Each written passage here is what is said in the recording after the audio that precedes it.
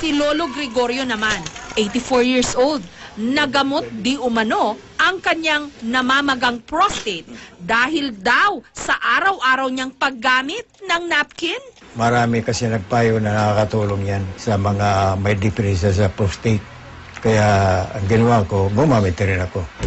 Dahil sa aming narinig, lalo kaming naintriga.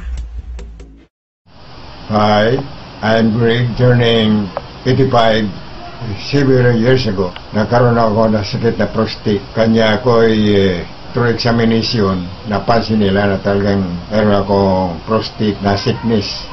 Naramdaman kong hirap akong umihi at ang ihi ko hindi continuous. Kuminsan malit pa bang ihi ng pusa kaya ako'y kinakabahan. Ngayon, nung in-examine ako sa Magaling Hospital, hindi ako tento. Kaya ako'y napag-examine ulit sa PGH para ma-confirm ko kung talagang may prostate ako.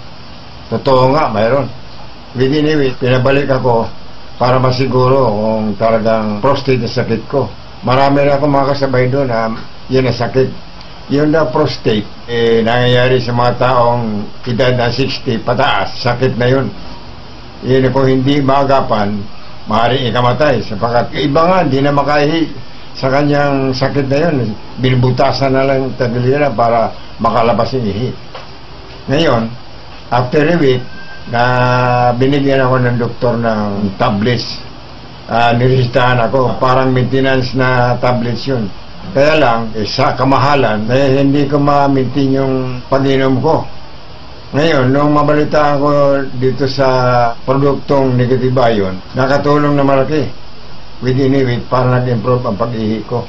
Naging regular na, hindi na ako kinakabahan sapagat nun, ihi ko hindi continuous. At kadalasan sumasakit yung balakang ko, left and right, balakang, dahil nga ron sa prostate.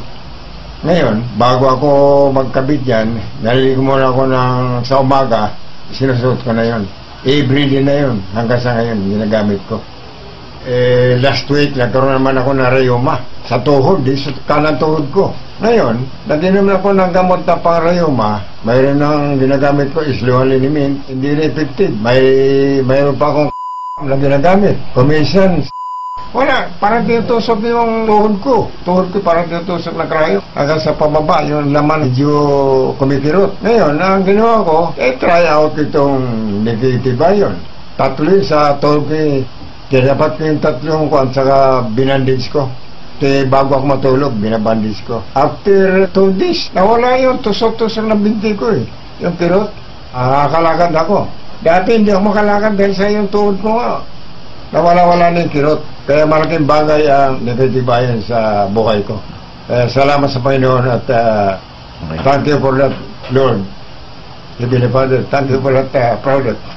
It is good for people who have the sickness of prostate and rheumatism. It is a good product.